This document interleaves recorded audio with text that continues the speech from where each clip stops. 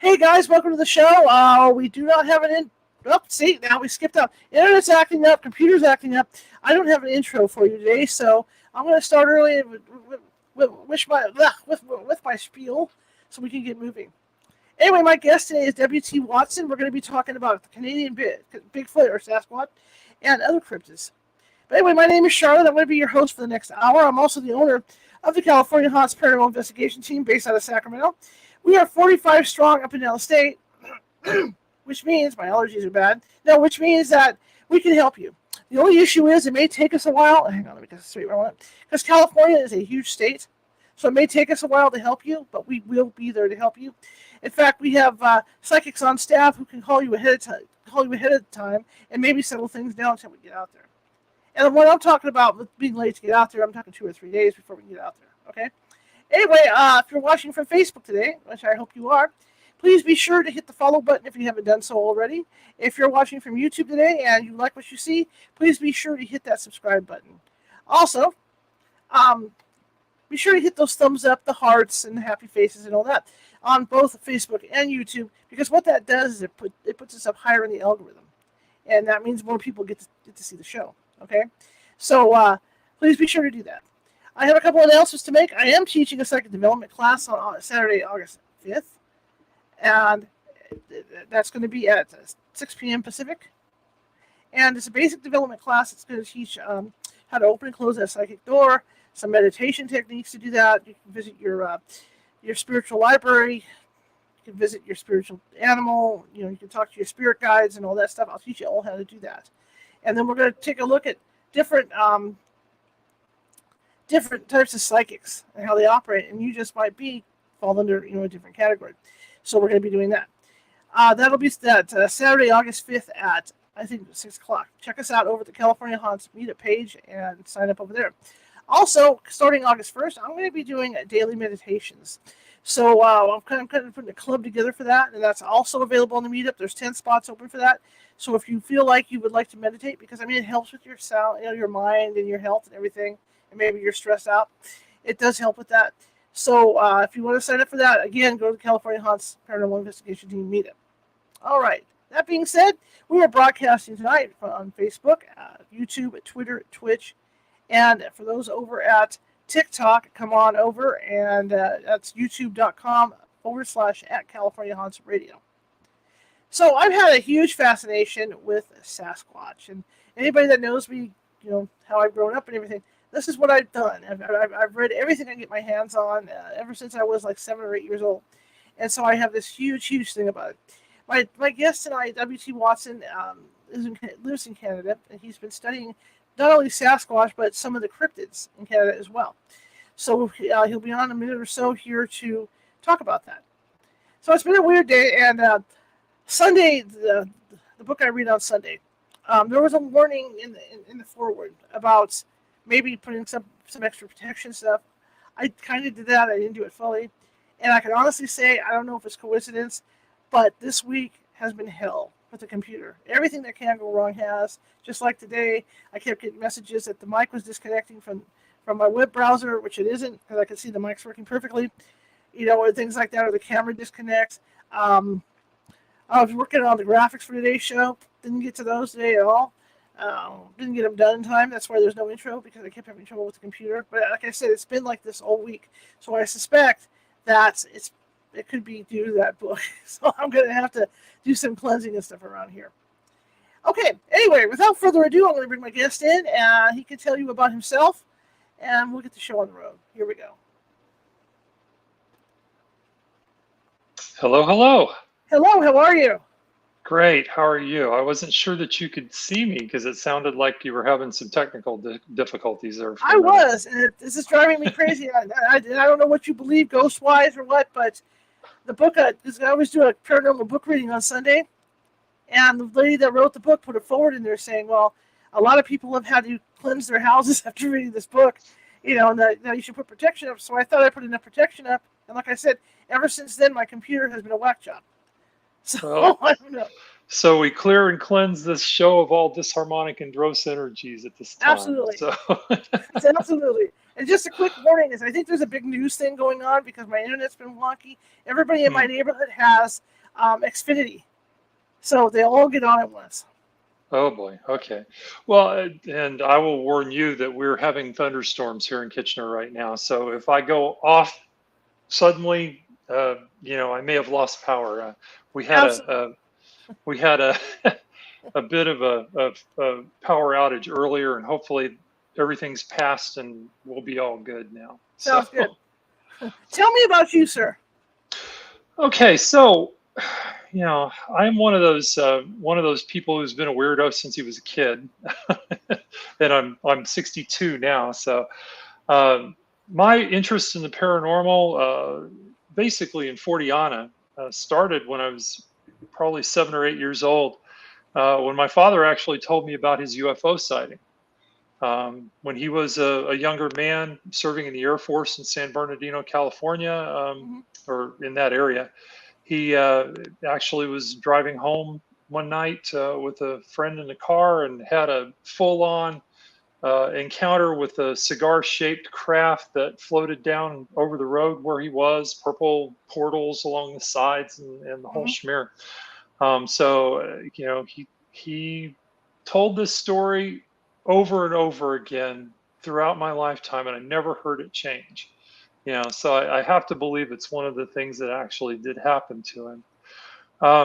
About that same time, I happened to wander across a Ripley's Believe It or Not comic book about ghosts and hauntings, and that those two things work together to really stoke a lifelong passion in the 40 and the paranormal, all that stuff.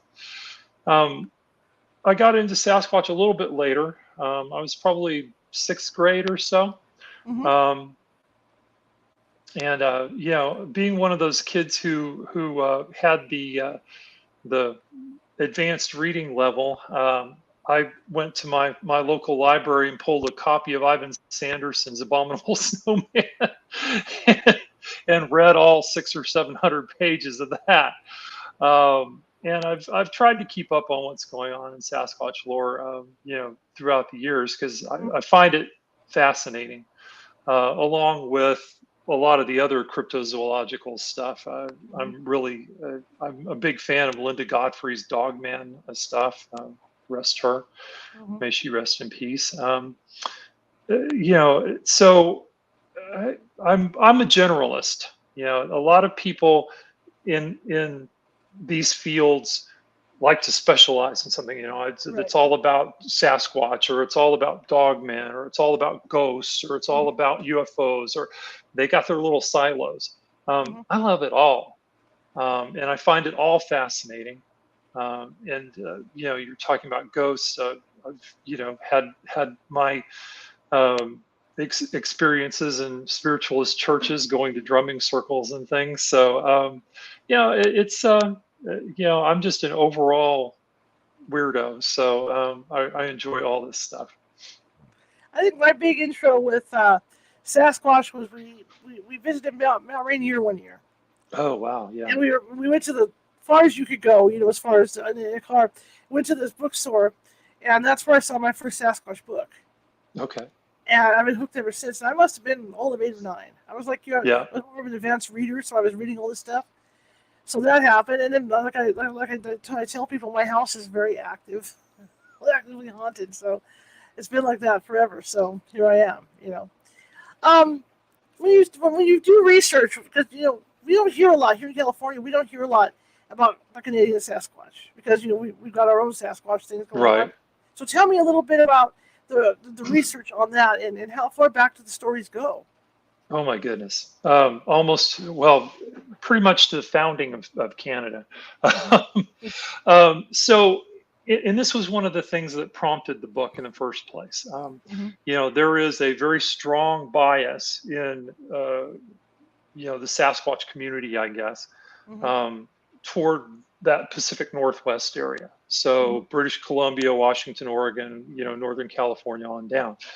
and even some stuff in Southern California, from what I understand. Um, so when I moved to Canada in 2020, which is an interesting experience all in itself, I moved to Canada in the middle of I made a cross-border international move in the middle of a global pandemic, Wow. which is an extremely interesting experience and one I don't care to repeat again. But so when I moved here, I had just published either Phantom Black Dogs or Mysteries in the Mist. I think I just published Mysteries in the Mist when I moved up here, and or maybe shortly thereafter. Hmm. And I was casting around for another topic to look at, and I thought, well, you've just planted yourself in Canada. Let's see what kind of strangeness happens. Hmm. It has happened in Canada. So that led to a book called Canadian Monsters and Mysteries. Um, and as I was doing the research for that book, which has a whole smear of things ranging from UFOs to fire spooks, Hmm. there's lots of interesting stuff in that one too. As I was doing the research for that, I quickly came to the conclusion there were some things that I was going to have to leave out. And one of those things was Sasquatch, because the subject was so huge that Hmm. there was just no way that I could cover it, without doing a book all its own. Of course. So I set that aside, finished Canadian Monsters and Mysteries, and came back to the Sasquatch thing. And there's been plenty of research done in British Columbia. So my premise for the book for Sasquatch Canada was, okay, so obviously there are Sasquatch reports and sightings and so forth Hmm. in British Columbia. What about the rest of Canada?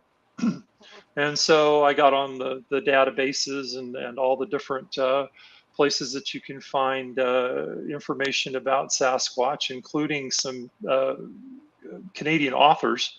A guy named John Worms was invaluable to my research, and discovered that British Columbia isn't the only place that has Sasquatches. They're everywhere in Canada, and I found Sasquatch sightings, or at least historical Sasquatch accounts, in all of the provinces in Canada except for Nunavut, which is a fairly new province and which is very sparsely populated. So may have something to do with that.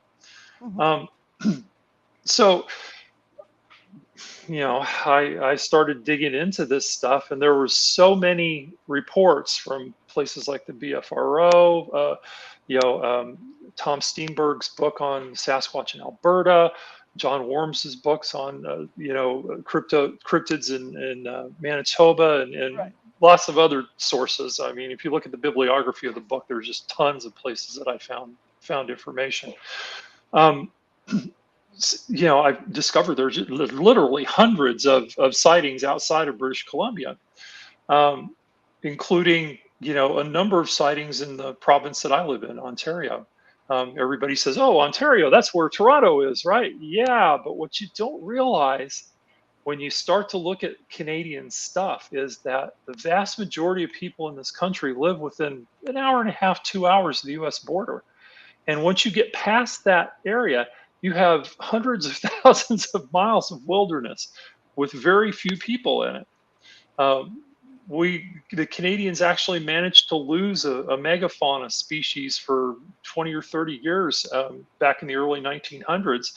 Um, there was the claim that the wood bison had gone extinct up here. Now, the Hmm. wood bison is the largest land animal in North America. They're hard to miss. It's by weight. Of course, moose are taller. We have those up here too. But they were declared extinct in the early 1900s. 1957, I believe it was an Alberta parks officer was making a flight from one place to the other, looked down into the forest, and there was a whole herd of them. Wow. So Wow. they had missed these guys for like 30 or 40 years. That's gives you some idea how vast the Canadian wilderness is. Hmm. I can drive 2 hours from my house right now and be in dense woodland. Um, I've driven from here to Ancaster, which is a suburb of Hamilton, and there are sections that you drive through as you're going to Ancaster from here from Kitchener that are so dense that I could hide I could hide several Sasquatch in there without any trouble at all. So it's one of the things that people maybe don't realize is that there is this it's the second largest country in the world Hmm. that has the longest coastline in the world, and there's just vast swaths of it that are practically uninhabited. Hmm. So it's prime real estate for an unknown creature of some kind, whatever a Sasquatch is. And that was kind of what I was trying to get across in this book, is just there's this vast country, and Hmm. there are plenty of people that have seen these creatures in many of the provinces, and there's lots of information there if if you go digging for it. What sightings, in doing the research and everything on this book, what sightings have stood out to you? And is there like a pattern or anything like that? Well, I mean, probably the typical Sasquatch sighting. If you could call a Sasquatch sighting typical, I mean, because you see an unknown animal, that's not a typical occurrence, but or whatever Sasquatch is, Right. I'm very open-minded about that, and I talk about both and thinking in the book. But your typical Sasquatch sighting, whether it's in the United States or Canada or whatever, somebody's driving down the road. Um, and they see this creature along the side of the road. That's the typical sighting. And there are so many of those in Canada that I actually wrote a separate chapter of the book about roadside sightings because there's tons of them. They happen all the time. Some of which are really interesting. There was a sighting from, I believe it was the 60s or 70s, a young man who was riding in the back of his parents' Cadillac here in Ontario, not too far from where I live in Kitchener. Um, they were driving down a road. There was an embankment along the side of the road. And as they were coming up to a stop sign, this young man is looking out the back as the brake lights come on, and there's a Sasquatch crossing the road behind him. Whoa. And this makes me wonder, I mean, we hear a lot of times about the Sasquatch crossing in front of the car or walking Right. along the Right. side of the car. It's like, how many sightings are missed because the Sasquatch waited until a car went by and then they crossed the street? Wow. Um, so I found that one, was interesting just from the standpoint of, well, how many sightings actually get missed Hmm. because we weren't looking at our rearview mirror, or there wasn't anybody in the back seat who could see that. And so of course this young man was in his teens, and he's like, look, there's that, and his parents, oh, you saw a bear or whatever. It's a very Right. common thing with witnesses. um, Probably the sighting that stands out the most for me, if I had to pick one that really kind of would grab your attention. And there are several in the book. I mean, there are all kinds of witnesses, some of whom are police officers, people, respected members of their communities. But Hmm. this particular witness was a member of the Canadian Armed Forces. And not only was he a member of the Canadian Armed Forces, he was a special operations person. And not only was he a special operator, he was also an experienced bow hunter. Okay, Okay. so this guy knew the woods, uh, was very familiar with navigating in the woods, was very familiar with the animals in the woods. This is not somebody who's just like wandered into the forest and saw a bear and freaked out. Hmm. Um, in this particular sighting, which happened in Wainwright or close to Wainwright in Alberta, um, this gentleman and his partner were on maneuvers. They were in a training session, basically, um, in that area. Their whole battalion was there. And this person had a was kind of a second specialization in electronics. He and his partner were out looking for a piece of equipment. Now, this was back in the 80s before GPS was was really a thing, right? So they had a map, and they had map coordinates for where this equipment was supposed to be, and they went looking for this piece of equipment. So they're driving around in their camouflage truck, uh, looking around, driving along and logging roads and so forth, trying to find this piece of equipment that was out in the woods somewhere. They stopped, and his partner had the map spread out on the hood of the car and or the truck, and was looking, to see where they were in relation to these coordinates. And he wasn't really paying attention. He was looking off at a cut line where the power poles go through. He saw a deer out there. He said, "Oh wow, there's a deer." He was about to call his partner's attention to it, when the Sasquatch comes out of the woods. And this creature comes out of the woods on all fours, comes to two legs, takes the deer and rotates its head 180 degrees, flings it over his shoulder, and disappears into the woods. Just like that. Wow. The soldier describes it. He served in Africa. He described it as like watching a cheetah move. It's how fast this thing was. It was just there and gone. I mean, so fast. He didn't have time to say to his partner, "Hey, look, there's a Sasquatch." It was gone. It was gone. He described it, in the typical way, no neck, built like a linebacker. I mean, it was very clearly, it was not a bear. This guy knows what a bear looks like, and it was not a bear. The interesting thing about this story is that there's a prequel to it. This same soldier was doing another training exercise with his group in northern Ontario. And this time he didn't have a visual sighting, but he was on security patrol that night. They were taking watches, and it was his watch. And there were sounds like talking coming from the woodland. And of course, it was his job. He challenged whoever it was out there. Now, the interesting thing about this is that, it's like, okay, well, he was out in the woods. There were some people there. It was like minus 20.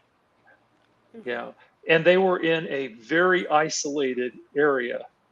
There is no reason why any person in their right mind would be outside in a Canadian winter with the wind blowing and that cold, unless they had a really good reason for it. But he heard, basically, the way he describes it brought to mind the whole samurai chatter thing that happens in the Sierra Sounds. Sure. In fact, he felt like there were people speaking Japanese indistinctly off in the woods somewhere, but he couldn't like make out individual words or any of that kind of stuff, just the way it sounded to him. So he'd had this prequel experience, and then he has a visual sighting. So that's one of the sightings that really sticks out for me. There's so many in the book. It's really hard to say, oh well, this was the best sighting, or but that one really sticks out there. There's a story also of a Toronto police officer who was out hunting moose, who has a very close quarter kind of encounter with a Sasquatch down in a creek bed.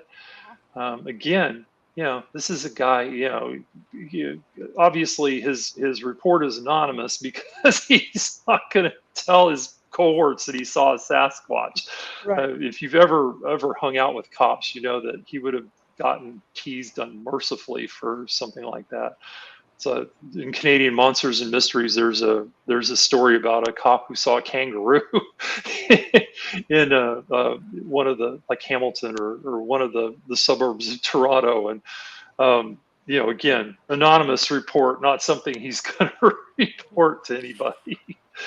But so, there are tons and tons. And the thing that strikes me about the witnesses for a lot of these sightings um, is that the people that see these things, yeah, first of all, there's a significant number of people who report these sightings are indigenous people. Mhm. And, particularly up here, um, these folks make a living off the land. They trap and they hunt to feed their families and to supplement their incomes. They know the woods, they know the woodland, they know the animals there, and they know that there's something walking around out there that doesn't look like anything else they've ever seen. Mhm. By the same token, there are a, a lot of the non-roadside sightings in Canada are hunters, or outdoors people who Mhm. are out in the wilderness all the time, very familiar, again, very familiar with the local wildlife, who see something they can't explain. Mhm. So you've got to believe you've got to believe that these people are seeing something. Mhm. Mhm. Now what it is open to conjecture, but they're seeing something. If I can give one more story, uh, Absolutely. one of one of my other favorite stories. A lot of times when you listen to the Sasquatch radio programs and stuff like that, Mhm. Sasquatch are big and mean and snarly, and they're driving you out of their territory, and they're just Right. nasty, right? Um, there's a story from Dauphin Lake, the Cree community there, the indigenous community there. I believe they were Cree. Yeah. Um, about a young woman, young girl at that time. Her name was Carrie. And John Worms tells the story in his book, Strange Creatures Seldom Seen, which is a wonderful book about Canadian cryptids written by a Canadian, which I strongly recommend. But Dauphin Lake is a reserve area for Indigenous people in Manitoba. It's very remote, and at the time that this particular story happened, um, they didn't even have running water. Mhm. So this girl's name was Carrie, and her job, one of her jobs, she was, I believe she was 11, but don't quote me on that. She was young. Her One of her jobs was to take buckets down to the river or the creek and fill water buckets and bring them back to the house so that they could have water for cooking and whatever else. Mhm. Well, it's berry season. And anybody who follows Sasquatch lore knows that Sasquatch like berries. Mhm. So it's berry season, and this young lady decides that she's going to pick some berries on her way home. Mhm. Well, she made two mistakes. One is she wandered off of her usual path in pursuit of berries, Mhm. and the two was when she realized that she was lost. Um, she panicked and she started to run, and she ran herself right into the forest and got completely lost. Mhm. So this is a young girl, very familiar with the local wildlife, scared out of her wits because night's coming, and she knows there are bears and other things that Mhm. could potentially cause her harm. So she keeps running. Which if you are a search and rescue person, that one of the things that you tell people over and over and over again is if you get lost, stay put. If you can, as long as it's safe, stay Right. put. Right. She didn't stay put. She ended up sleeping on moss and eating berries and running through the woods for several days. And the only reason that she didn't collapse early on is she did have the presence of mind to keep, eating berries and trying to keep her strength up. But she was coming to the end of her rope. Um, so you laid down of an evening. It was, if you've ever been in really thick forest at Mhm. night, it is dark. It is really, really dark. Even if the moon is full, with the canopy overhead, it is super, super dark under there. As she's laying there, catching a few fitful Z's, she hears a noise and she realizes that there's an animal in the area. Hmm. And I'm sorry, she's not Cree. It was a Ojibwe, is actually the tribe. Um, so she looks up at she basically says, okay, thinking that this is a bear, she says grandfather, which is a title of respect. She says, I realize that you're going to eat me. Please do it quickly and start with my head so I don't suffer. Which I thought was kind of brave of her, actually. Right. But nothing happens. But she continues to hear something moving around her. There's some large animals, there's some large something uh, in the woods with her. And it's close to her. And in fact, it gets so close to her that she could actually reach out and touch it. And she does. She puts a hand on this thing, and it feels like beaver pelt, she says, which I found interesting. Wow. Um, but she has still, it's so dark, she has no idea what this creature is, whatever it is. But as she touches the thing, it bumps her. And she thinks, oh boy, here it comes. Now I'm done for, right? She gets up and she starts to move a little bit, and it bumps her in the other direction. And she moves a little more, and as long as she keeps this creature on one side of her, it continues to let her continue along the path, but eventually it crosses over to the other side and it wants her to go in the other direction. Hmm. And she's like, okay. So she's walking along. This thing is basically guiding her. Um, the sun starts to come up, and she realizes of a sudden that what she's following is not a bear. It's large and it's standing on two legs, and she goes and tries to hide from it. Mhm. And it does a very characteristic Sasquatch thing. It stands behind a tree and looks out from behind the tree at her.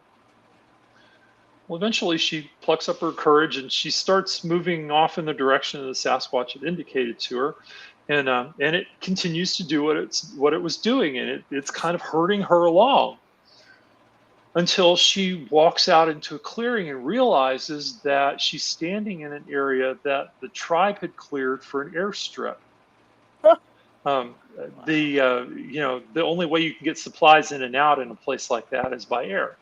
Mhm. So they had cleared this area out as an airstrip, and as she comes out of the wood line, she sees somebody coming down the road and recognizes some people that she knows, and they pick her up and take her home. Wow. Because she looks back at the woods, and of course the Sasquatch had disappeared. So she goes home, and obviously she's been in the woods for however long. She's all torn up. She's covered in bruises and scratches, and she's a mess. And when she tells her story, they realize why this water buckets got left behind and so forth. Mhm. But of course, her sisters decide that she's just fibbing, and they start calling her the girl who touched a bear, which probably makes a good Indian name in Ojibwe. I don't know, but and her parents are like, "Oh yeah, whatever you say." And it's not until later that she starts to get input from some of the tribal members about this creature. The man who picked her up, this older man who picked her up when she first came out of the woods, had actually gotten lost as a young man, and had survived because the Sasquatch kept bringing him fish. Yeah, so we hear about all these hostile encounters with Sasquatches being Right. territorial and running people out of the woods and stuff. I love this story because it's like, well, not always, Right. you know. And in other research that I've done, I've actually encountered Sasquatch stories where the creature lived in the neighborhood, the people knew that it lived in the neighborhood, and when father crashed his car, the creature actually picked him up and brought him home. So I mean, I think that when we start to talk about these creatures, we have to realize that there are probably some instances where, yes, they're territorial, maybe around their young ones, Right. but they're, and it may be that, some Sasquatch are just grumpy, Mm-hmm. and others maybe not so much. Mm-hmm. But this was a good example of, a Sasquatch that wasn't grumpy and, actually did something kind for somebody. And I love that story. That's a I great wanted to, story. yeah, I wanted to get that one out there because you hear so many stories about hostile Sasquatch. Because it's Mm-hmm. kind of like with ghost hunting. Right. Everybody wants it to be a demon. It Yeah. must be. Yeah. If it goes boo, it must be a demon. Yeah. That's about what it is now too. When you Yeah, talk, well, don't get me going on that one. I've actually done a whole presentation on, it's not a demon, folks. Um, but do you think that? Let's talk about that for a second. I mean, sure. you brought it up. Do you think that the TV shows? Because when I first started doing this 19 years ago, we'd go out, we'd do an investigation, and there was always somebody's uncle or grandpa or something in the house. But then, as these TV shows have come out, more and more, because of course the networks want scares for everybody and all Mhm. this. I found that the people that contact me don't even consider that it's a ghost. They consider that Mhm. it's a demon right away. Right away, it's a demon. Oh, yeah, yeah. Do you think the TV shows have played a big part of that? Oh, absolutely. Um, See, the problem is, in my view, and in a lot of people's view who are interested in the paranormal, Mm-hmm. the problem is that the networks have basically filed your ghost hunting shows under, reality horror. Mm-hmm. So the whole idea is to see if you can get some jump scares out of the audience. Sure. What's the best way to do that? If we're operating from a Western European Judeo-Christian paradigm, it's demons. It Mm-hmm. shoved me, it pushed me, it pinched me, it's hostile, it must be a demon, right? Mm-hmm. Um, and if you study folklore, then you quickly become, or if you study actual demonology, it quickly becomes apparent to you that it's not demons. Mm-hmm. Mm-hmm. If it were, they'd be in a whole lot more trouble than they were. Oh, absolutely. Not to say that there are not spiritual entities that do not have the highest good of humankind in mind Mm-hmm. and won't go out of their way to do something malicious. But there's a whole lot of other explanations before you get to that one. And but that's something that the networks aren't interested in because Right.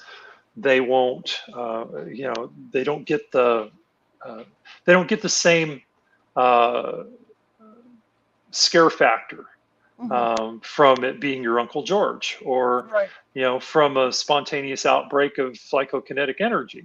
Um, they get the scare factor from it being demons and hostile hauntings and boo, scary stuff. Um, yeah, I understand, from an entertainment aspect why that's so, Mm-hmm. but it doesn't do the folks like you who are out there doing investigations on a regular basis. It doesn't do you any good. Mm-hmm. It doesn't do you a lot of good, because you have people who are already freaking out Yep. because they think they have a demon in their house. And so what happens is they're feeding whatever energy there is in their home, this fear energy, and it makes it stronger in a Mm-hmm. lot of cases. Um, you know, taking setting aside the idea that you actually have a human spirit or whatever, there are a Mm-hmm. lot of other things that can haunt a house, and some of them, you know, if they can get a scare out of you and they can get that energy from you, they'll be happy to do that. Mm-hmm. Um, and so the people that are experiencing these hauntings are actually exacerbating their own problem, Mm-hmm. instead of trying to take the bull by the horns and saying and set some limits and say, hey, look, I mean, I'm willing to cohabit in this house with you as long as you're willing to abide by the rules. Mm-hmm. you know Stop swiping my stuff and putting it in the storage cabinet, or whatever. you know, or we're going to have to take more extreme measures here. you know, but yeah, I mean, the TV shows are entertainment. They're Right. supposed to be entertainment, and that's the thing that a lot of people don't realize is that they are entertainment. They're not really meant to be educational. Hmm. And that goes for whether you're talking about ghost shows or Bigfoot shows or whatever. They're out there trying to drum up some activity, or talk to witnesses, whatever. Um, but I think that you know the Bigfoot documentaries have probably done a little bit better job, Hmm. maybe, of presenting that phenomena than the ghost hunting shows. The ghost hunting shows have just gone gone off the deep end a little Yes, bit. they have. Yes, yes. So let me ask you about Canada Sasquatch again. Um, are there more? Are there certain areas in Canada that are that the sightings are more frequent in, or is it like even? Like I know in Uh, California we have a certain. I mean, even though we have a lot of mountains, you don't get as many things like a lot like out of Sonora. You don't get as many sighting reports as you do up in Bluff Creek, towards Oregon. right, right. Uh, it's difficult to. I mean, there are some Sasquatch sort of hot spots, but remember how sparsely populated Canada Sure, is. sure. Again, we're talking about a country that has a total population, that would fit into one of your states. I mean, it's much the total population of Canada is much less than, say, California. Hmm. Um, Much less. You guys have way more people than we do. Um, but you can identify some Bighorn up around the Bighorn Dam area was a Hmm. hot spot in Alberta. I found, interestingly, because I'm in Ontario and I'm about 2 and some hours away from this particular area, Algonquin Provincial Park in Ontario has a number of sightings in the area. Um, kind of kind of all the way. It's a huge. First of all, it's not like a little park, in the city or whatever. This thing is monstrous. It Hmm. takes up a good section of central Ontario. But all around the outside and actually in the park, there have been sightings in that area. In fact, the special operator that I was talking about earlier, his sighting was a little bit north of Algonquin Park, or his Class B encounter, I guess, was a Hmm. little north of Algonquin Park. So those are two areas that stick out. Um, there's a good number of sightings in the northern wooded sections of the prairie provinces like Alberta and Manitoba. There's a good number of sightings in Ontario, all the way up from where I am, all the way north. For some reason, Quebec doesn't seem to have quite as many sightings. But when you get over into the Maritimes, into places like Newfoundland and New Brunswick and so forth, then you start to see the sightings pick up again. But there are even sightings in Nova Scotia, which is basically an island. So uh, there's not as many. I mean, if you ask me about fairies, I Hmm. tell you, oh, well, go to Newfoundland, Right. because that's they're all about fairies there, or Nova Scotia. But Sasquatch seems to have a little bit more wider distribution, I guess, Hmm. and not as many hotspot areas. When you look at the Sasquatches, what do you think they are, in your opinion? This What's is a a question that, and of course, this is a question that I get asked all the time because I've written a book about Sasquatches, right? right? Um, I believe that there may be a number of explanations for Sasquatch. Hmm. Um, I'm not averse to the idea that there is an actual physical creature out there. Hmm. Like I said, we lost the wood bison in the woods of Canada for 30 or 40 years. I Mhm. mean, there's plenty of places that an unknown bipedal ape or hominid could live up here in Canada. And in the United States, of course, but I'm writing about Canada, so Sure. that's kind of what I think about. Right. Um, so I'm not averse to that idea. However, as soon as because a lot of the sightings that you record when you write about this stuff, you know, if you substituted in bear for Sasquatch, Mhm.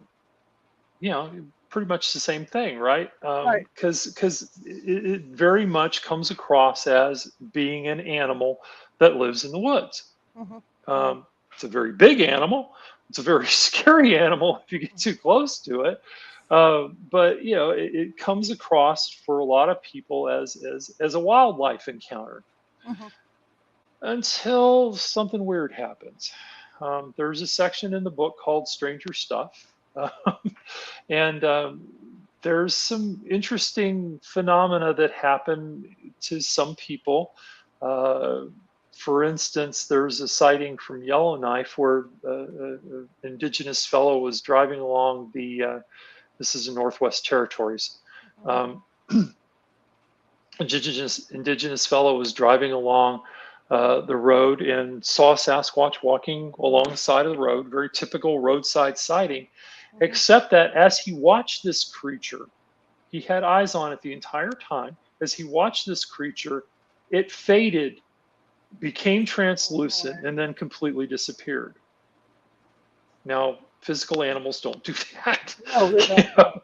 And he was in a vehicle. There was no sound. There was no, because there are researchers who theorize that the disappearing Sasquatch is simply Sasquatch using infrasound to scramble people's brains and then Mhm. jumping into the woods. This guy had his eyes on this thing as it did its thing. It just disappeared. There's also an interesting thing. I'm not going to get way into the weird stuff, but there's the whole, like I said, there's a whole chapter about that, and I'm writing a whole book about it. So um, there's also a sighting, and I'm thinking it was Manitoba. I'm not positive. A young man was at a park with his family. They were recreating in the river. Mhm. They'd been splashing around all morning, and it was time for lunch. And he wanted the first hot dog, so he was out of the river and on the path to the picnic area. Mhm. And as he's walking along, at a brisk pace, he comes across this creature crouched next to a Saskatoon berry bush. Um, and it's obviously it's having a snack, right? It's picking berries. Um, he's looking at this. It's squatting and Mhm. squatting. This thing is easily 4 feet tall and massively wide. No neck. The very typical Sasquatch Mhm. description, right? Mhm.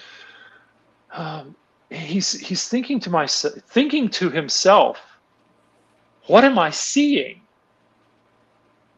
And he very clearly hears in his mind, "You don't see me. I'm not here." Wow. And he's like, "No, no, no. I'm looking at you. What am I looking at?" And he hears this again, "You don't see me. I'm not here." And he's like, "But I do see you."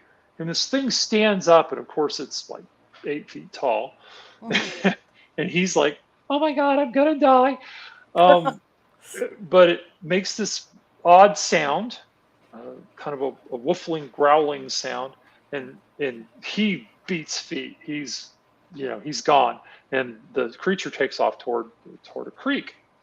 Um, but he very there's no doubt in his mind that this creature had telepathic contact with him. Mhm. Again, that's not something physical animals do most of the Right. Right. Right. time. Yeah. So there's a couple of examples of the weirdness that surrounds Sasquatch. So I kind of take the view that Sasquatch could be a lot of things. Um, Mhm. my favorite is, something that I read in Linda Godfrey, from an indigenous elder who told her, well, this is a creature that walks between worlds. Mhm. It lives in, the other world sometimes, and when it comes into our world, it manifests physically as a physical thing that leaves tracks and all Mhm. that kind of stuff.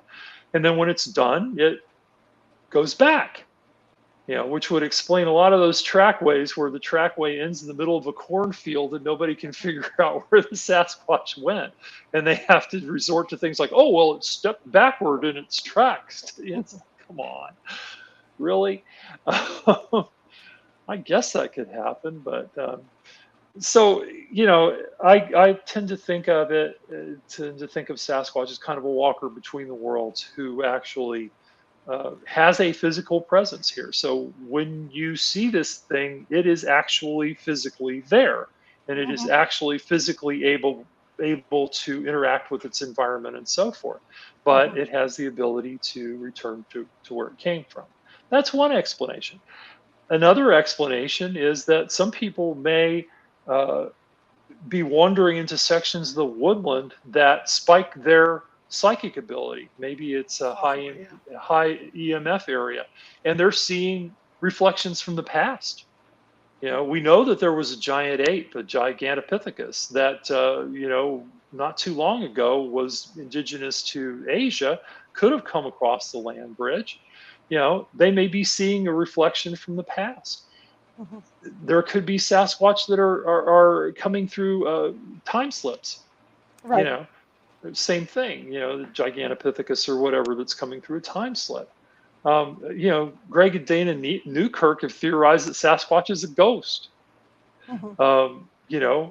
Because a lot of these sightings, people see these things. It's a full body apparition, obviously, Sure. but they don't get close enough to touch it or any of that kind of stuff. They just see it and then they leave or it leaves or whatever. Mhm. So I mean, what we have to do when we examine any of these topics is we have to get out of our silo. Mhm. You know, we have to be true Fordians and accept that there's just a lot of weird crap out there. You know, and there, there may be a whole bunch of explanations for a particular phenomena, whether we're talking about Sasquatch or UFOs or, any of those kinds of things. So, my favorite is, he's a world walker and he comes and goes as he pleases. But there's a whole lot of other things ranging from that physical, biological creature, which, I mean, if somebody puts a Sasquatch, in a zoo somewhere or whatever, that's not going to cure, all those people who've had really weird encounters Mhm. with Mhm. Sasquatch. It's just Mhm. going to show that, yes, there is an actual creature out there too, maybe a spirit mimicking the actual creature. Maybe. So I mean, Yeah. there's so many explanations that we can use. Um, we just don't know, and that's the thing is you have to, when you're in these kinds of exploring these kinds of mysteries, you have to have a really high tolerance for mystery. Mhm. Mhm. Because if you don't, you're going to be frustrated. Well, just like some of the reports from the Sierra Sounds, where Uh-huh. those guys have seen like the blue light Oh yeah, yeah. or the blue orb. Uh, And then he disappears, reappears after it.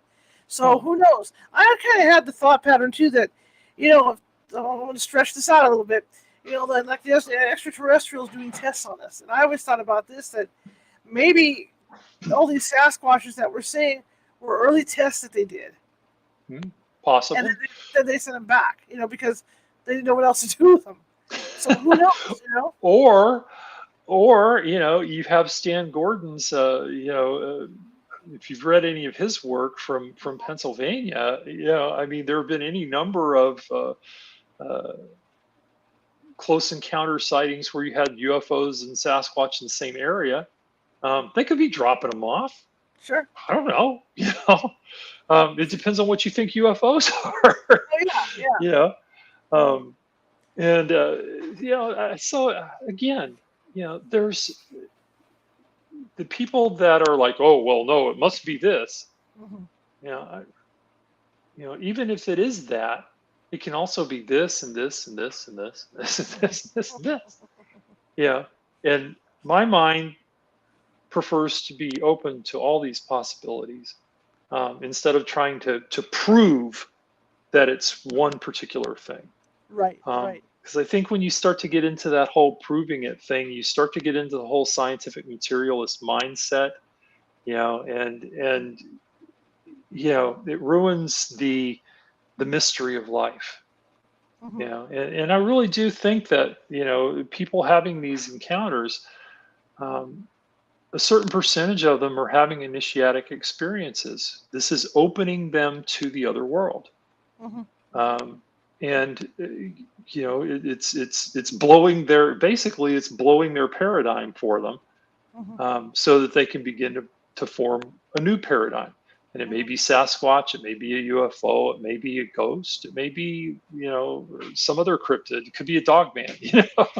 um, so the people who are having these experiences, we don't have rites of passage anymore in Right, this culture. right. So I think a certain percentage of people are having a rite of passage when they have one of these encounters, and uh, they're awakening to something more. Hmm. Do you think? And I know Canada's really wide open. So is California in a lot of places. Hmm. But do you think, because I mean, it's not only Canada and California and Oregon where people see this thing, like you say, they're seeing things like Montana and different places like, I mean, all over the U.S., all over the world, really. Sure. Do you think there's ever going to be a time that somebody actually is able to document one, a scientist, or so somebody's going to bring one in or whatever? Well, like I said, I'm not averse to the idea that there's an actual physical creature. Hmm. Um, if I had to put money on somebody bringing in a bipedal hominid, um, I think I'd go with Indonesia, and I'd Hmm. go with the orang pendek. Okay. I think that, which is not a Sasquatch, but it's a bipedal, uh, ape-like creature, Yes. um, that you know habitates those islands. I think my and this may just be intuitive sense, but my Hmm. sense of those reports is that uh, there's some physical creature there. Kind of like there was reports of the orangutan before it actually was proven to exist. I wouldn't be surprised if if somebody didn't come out with a live orang or a dead orang pendek. Hmm. That would be, I think, probably the most likely scenario. Hmm. But again, I know there are people out in the woods, probably as I speak, with their high-powered rifles who are gunning for Sasquatch. Absolutely. Um, and there may come a time when they get one. That wouldn't blow my theories up at all. I just say, okay, well, yeah, there's a physical creature that is the basis for all this other weird stuff that's going on. Right. Because obviously, some of the encounters that people are having with what they take to be Sasquatch anyway Hmm. are are more paranormal in nature. Um, I mean, because a live, two-legged hominid ape or whatever doesn't just disappear. Right. Right. Right. you know. Um, but yeah, I mean, I don't discount the possibility that it could happen. Hmm. Like I said, I think that probably the most likely place for it to happen would be someplace like Indonesia. But I mean, it could. If it did, can you imagine the backlash? Because now we would have a population of intelligent Hmm. uh, bipedal hominids or apes living in the North American wilds who are probably an endangered species. Hmm. I mean, this would blow the wood owl or the what is it, the spotted owl right out of the water as Right. far as conservationists going nuts.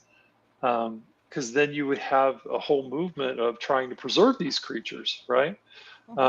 So that could be fun, right? Absolutely. So what's next for you, sir?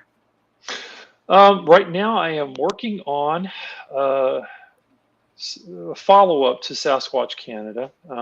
It's not specific to Canada, but I'm looking at the interface between basically Sasquatch and paranormal, specifically these Class B encounters that we see so much of in, like BFRO databases and so forth, where people are reporting, rock throwing and stone throwing and, pine cones being thrown at them and sounds and tracks and, this whole variety of phenomena, but they're not actually seeing a Sasquatch. And, another podcaster that I was talking to and I've had conversations with mentioned one time that if you took all of this stuff that people are having happening to them in the woods and you put it in somebody's house, you'd have poltergeist That's case. right. Yeah, you would. So I'm looking at that, and I've been way down the rabbit hole on poltergeists and physical hauntings and that kind of stuff, and it's really, really interesting, the parallels that you see between these two phenomena when you start to look at it. So that's where I'm headed next. That book's due to the publisher in November, and then probably be out around Christmas or New Year. And after that, I'm not sure. How can people find you, sir? I'm on all of the, well, not all of the, I'm on 3 of the big social media sites. I'm on Facebook. There's a W.T. Watson author page. I'm on Twitter at WT Watson 2. And I am on Instagram. This is the weird one because it's an old account of mine. Curunir, CURUNIR 60. And you can find me on any of those. I don't Instagram as much as I do Facebook and Twitter because I just don't have a lot of pictures to share. But every once in a while, I'll do book covers or those kinds of things. Absolutely. You reached me, I think, through Facebook. And so I'm always happy to hear from people. If you have reports or, if you're interested in having me on your podcast, I'm happy to do those things. So fantastic. I want to thank you for coming tonight. I appreciate it. I appreciate the opportunity. Stories. I'm fascinated by the Sasquatch, and the more stories I hear, the more fascinated I get. I'd love to have you back on to talk ghosts. Oh, absolutely. I'm not a ghost hunter, but I'm definitely an opinionated so-and-so. So there you go. Love to do that sometime. Sounds good. All right. Well, you have a great rest of your evening, sir, and thank you so much. Thanks for the invite. I appreciate it. Have a great one. Take care. That was fun. I love talking Bigfoot. Always have. Sasquatch, Bigfoot. Have I had an encounter? No. But I know people who have. And so it's really interesting to talk with people. Anyhow, tomorrow we're shifting gears back into our psychic realm. Nancy Matz. It's Nancy Matz Friday, and she's going to be with us talking about relationships.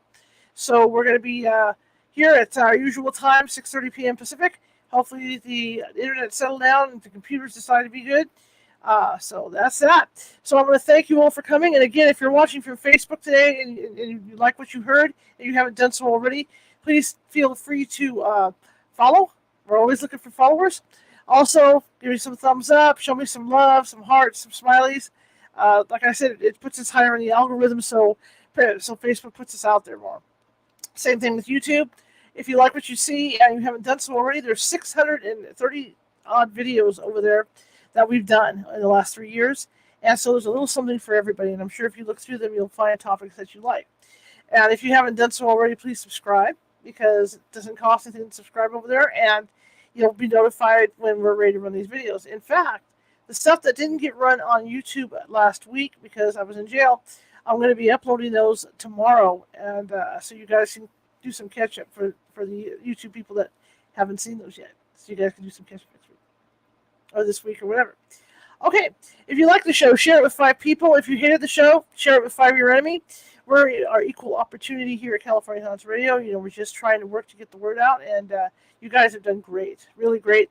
Everybody on the RSS feed, everybody at this end, have done wonderful for that.